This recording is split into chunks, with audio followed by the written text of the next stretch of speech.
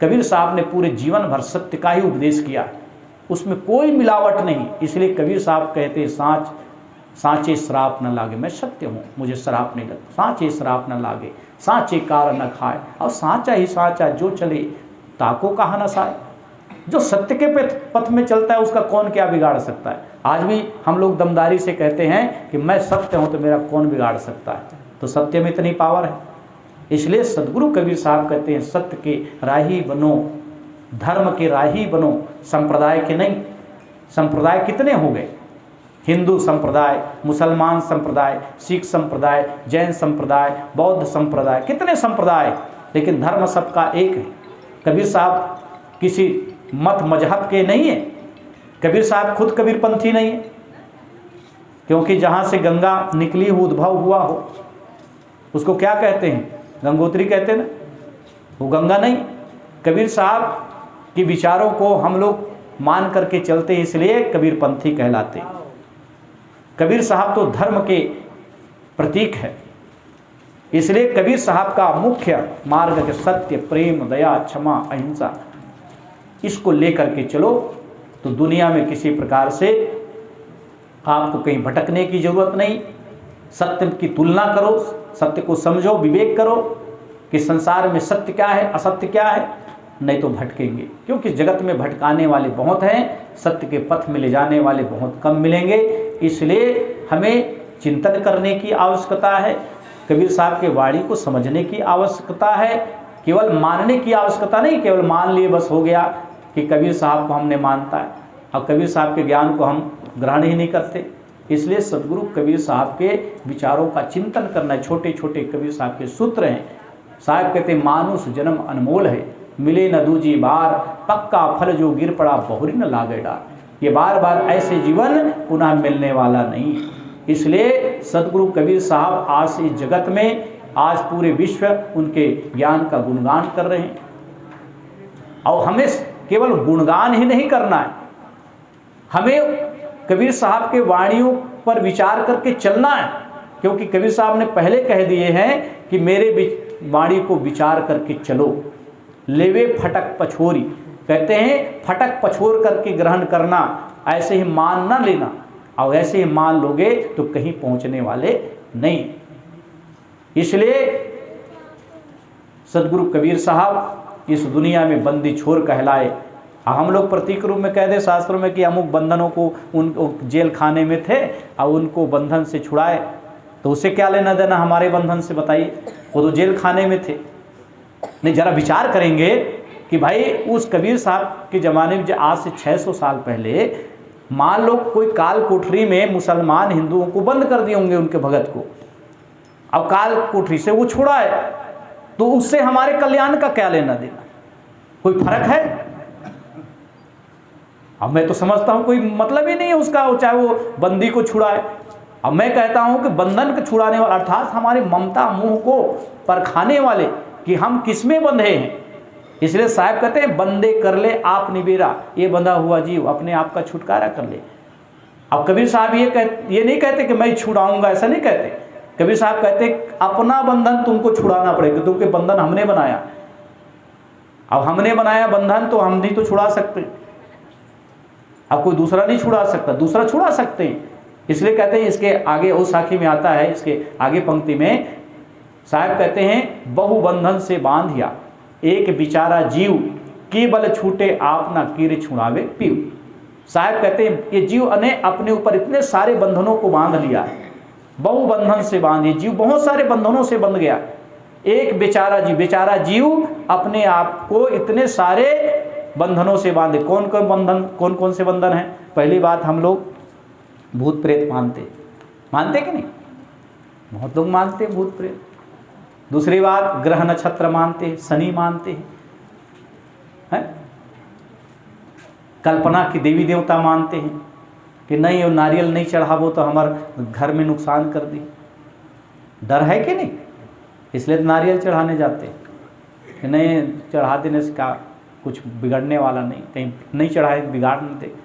ये हमारे ऊपर देखो काल्पनिक देवी देवता बैठा दिया गया। छोटे छोटे थे तो माता पिता क्या कहते, अरे उडार मत जावे रे, उडार भूत बैठा दिए ना मन में। और ना भूत ना कुछ नहीं, अपना आसानी से जा रहे। बच्चे लोगों को डरा दिया और उधर नहीं जा रहे, क्योंकि डर का हमारे कहीं भूत होगा तो फिर।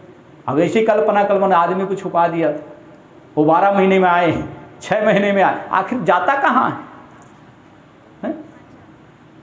कहाँ गया वो, कहाँ छुपाता? दिन एक वृक्ष में ऐसा छुपा दिया था। तो भैया वृक्ष में कैसे छुपाए? कोई जड़ी उड़ी होता है अंतर ध्यान का? तो सब क्या है, ये सारी मान्यताएं हमने मान रखा है। कबीर साहब कहते हैं ऐसे ऐसे सारे बहुत सारे बंधन तुमने अपने ऊपर मान रखा है, बहुबंधन सिवा एक बेचारा जीव परेशान है। कहते हैं देवी देवता की पूजा नहीं करेगा तो सुखी नहीं रह सकते, वो सामने वाले कह रहा। और देवी देवता के हम सेवा नहीं करते तो कहे नास्तिक है। अब कबीर साहब कहते हैं असली देवी देवता की सेवा करो ना, माता पिता गुरु के सेवा करो ना, बड़े बूढ़े बुजुर्ग के सेवा करो, वही तो असली देवी देवता है। तो कहाँ कल्पना की देवी देवता के चक्कर में लगे हुए? असली देवी देवता की पूजा करो, उसकी उपासना करो, गुरु की उपासना करो, माता पिता बड़े बुजुर्ग दादा दादी सास ससुर ये देवी देवता है, इनकी सेवा करो, इनके विचारों पे चलो। कबीर साहब ये देवी देवता कहते हैं।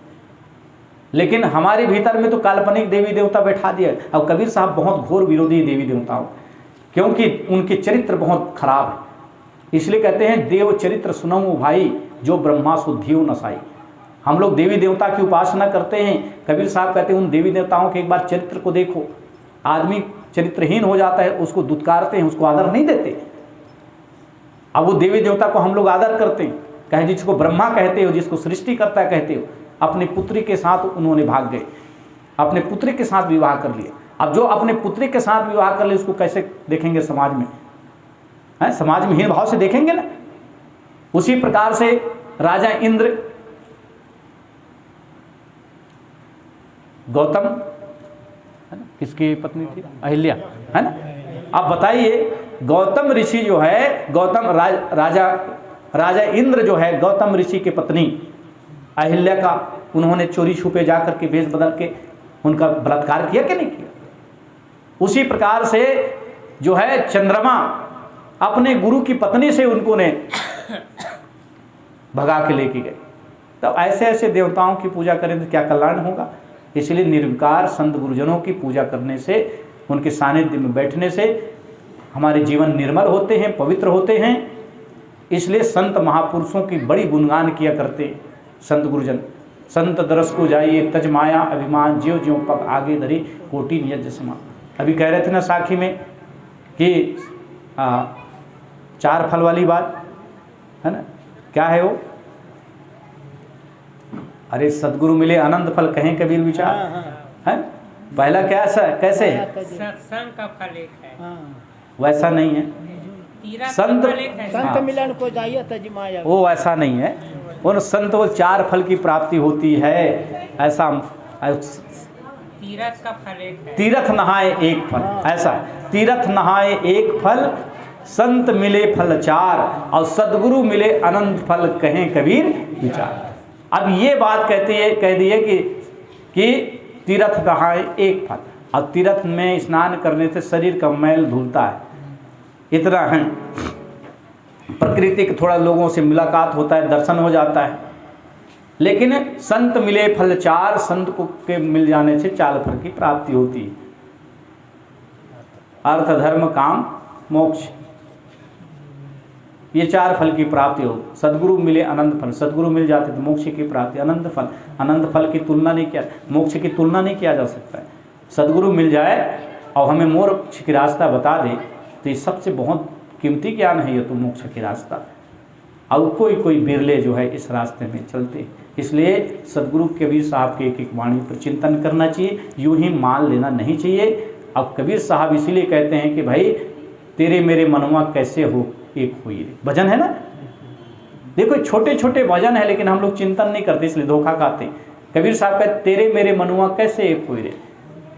अब पंडित लोग, अब पंडितों से घिरे रहते, काशी बनारस पंडितों का गढ़, पोथी पुराण लेकर के बैठ जाते। कबीर साहब देखिए ये शास्त्र में ऐसा लिखा है, तो कबीर साहब कहते तेरे मेरे मनुआ कैसे हो, तेरा मेरा मन कैसे हो। तू कहता है कागज की लिखी और मैं कहता हूँ आँख ने देखी। अब तू ये कागज में लिखा है उसको कहते हैं कि ये प्रमाण है, मैं इसको प्रमाण कैसे मानूं? मैं कहता हूँ प्रैक्टिकल करता हूँ, जो प्रैक्टिकल हो, प्रकृति के नियम के अनुसार हो, उसी को मैं स्वीकार करता हूँ, ऐसा नहीं मानता। इसीलिए जो है पंडित पुजारी लोग कबीर साहब के विरुद्ध हुए। अब कबीर साहब को बहुत संघर्ष करना पड़ा। एक तो जाति पाति के नाम से बहुत संघर्ष किए कबीर साहब। जुलाकुल में उनका परवरिश हुआ, जिसको बहुत नीच दृष्टि से देखा जाता था। कपड़ा बुनते थे, उनके पालन पोषण करता नीरू नीमा माता पिता, और उन्हीं से कबीर साहब ने भी सीखे कपड़ा बुनना। और कबीर साहब को भी हीन दृष्टि से देखा करते, क्योंकि जाति हीन थी जिसमें पले।